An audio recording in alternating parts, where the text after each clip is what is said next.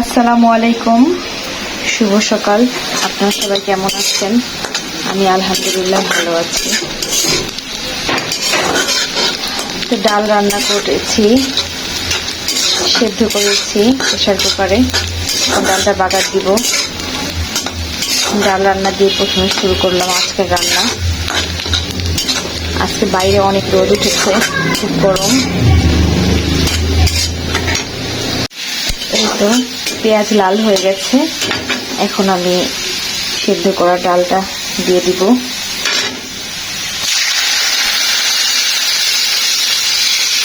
ডালটা একটু ফুটিয়ে নিব।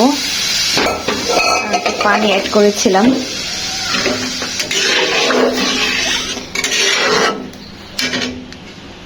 আর এই তো আমার ডালটা ফুটে গেছে। এখন ফ্লেভারের জন্য কাঁচামরিচ আর ধনেপাতা দিয়ে দেব। দিয়ে কিছুক্ষণ রেখে চুলার জাল নিভিয়ে দিব। হয়ে গেল আজকে আমার ডাল রান্না।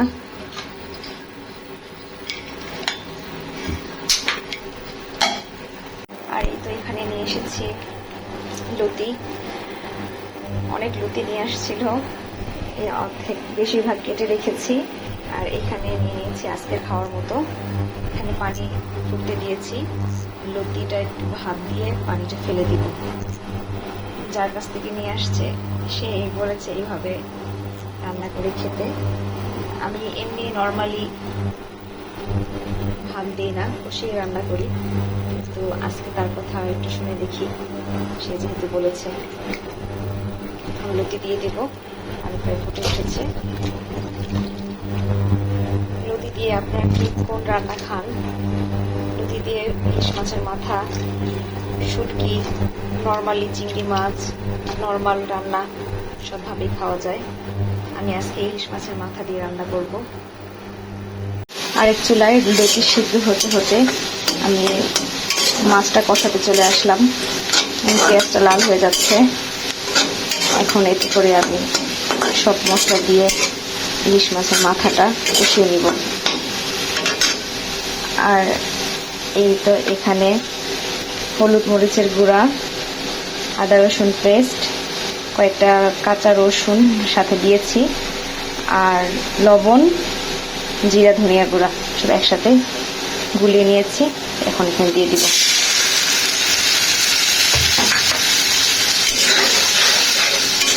লতি রান্না একটু ঝাল বেশি খেতে হয়, ঝাল খেলে ভালো লাগে। আমি তাই শুকনো মরিচের গুঁড়োটা কম দিয়েছি। কাঁচা মরিচ দিব কয়েকটা, কাঁচা মরিচের ঝাল। এটা আমার বাচ্চা খাবে না, সেজন্য একটু ঝাল দিলাম। আর এখানে ইলিশ মাছ একটু নরম করার জন্য রেখে দিয়েছি। কালকে রাতেই আমি এই মাছটা নামিয়ে রেখেছিলাম, কিন্তু মাছ নরম হয়নি। তো ইলিশ মাছের ঝুড়ি বানাবো লেবু পাতা দিয়ে। আপনারা অনেকে খেয়ে দেখেছেন, আমার কাছে খুবই ভালো লাগে। আপনাদের কাছে কেমন লাগে কমেন্টসে জানাবেন। তো এখানে আমার লতিটা প্রায় ভাপ হয়ে গেছে, এখন নামিয়ে ফেলবো। তারপরে এটার উপরে দিয়ে দিব ইলিশ মাছের মাথা।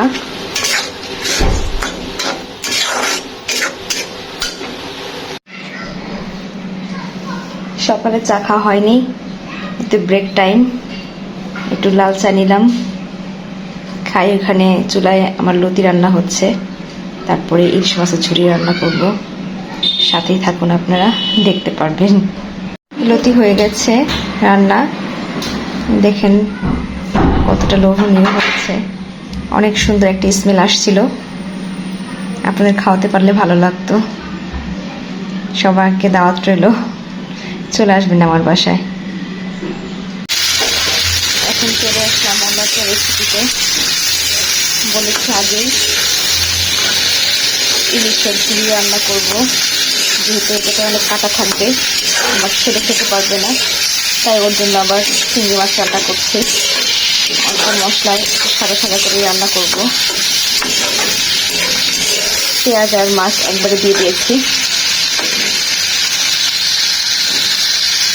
একটা তেজপাতা দিয়ে দিলাম, আদা রসুন বাটা অল্প একটু করে, একটু হলুদের গুঁড়া, লবণ দিয়ে দিয়েছি। এখন মাছটা হতে থাক। আমি এখন মাছ দেখেন, এই তো ইলিশ মাছ এখনো নরম হয়নি, আরো কিছুক্ষণ রাখতে হবে, তারপরে এই মাছটা রান্না করব। এই তো আমার চিংড়ি মাছের ফাইনাল লুক, দেখেন কেমন হয়েছে। আমার ছেলের খাবার। এই তো ইলিশ মাছ ছুরি সব রকমের মশলা দিয়ে মাছটা বসিয়ে দিয়েছিলাম, দিয়ে চলে গিয়েছি। এখন আসলাম, এসে দেখি প্রায় হয়ে গেছে। আর একটু হলে লেবু পাতা দিয়ে কাঁচামরিচ দিয়ে নামিয়ে দিতে হবে। মাছটা ছোট ছিল দেখতে, তেমন একটা তেল ছিল না।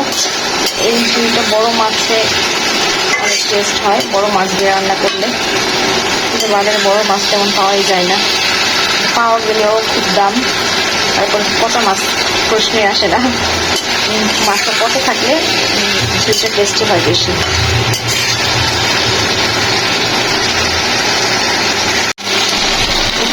হয়ে গেছে, এখন লেবু পাতা আর কাঁচামরিচ দিয়ে দিলাম। লেবু পাতা দিয়ে বেশিক্ষণ নাড়াচাড়া করা যাবে না, লেবু পাতা যে ফিটাটা সেটা চলে আসবে। নামিয়ে দিব। দেখেন আমার ইলিশ মাছ ঝুরির ফাইনাল লুক কেমন হয়েছে দেখতে। খেতেও খুব টেস্টি হবে ইনশাল্লাহ। সবাই ভালো থাকবেন, সুস্থ থাকবেন। নতুন আরেকটি ব্লগ দেখার জন্য সবাইকে আমন্ত্রণ রইল। আল্লাহ হাফিজ।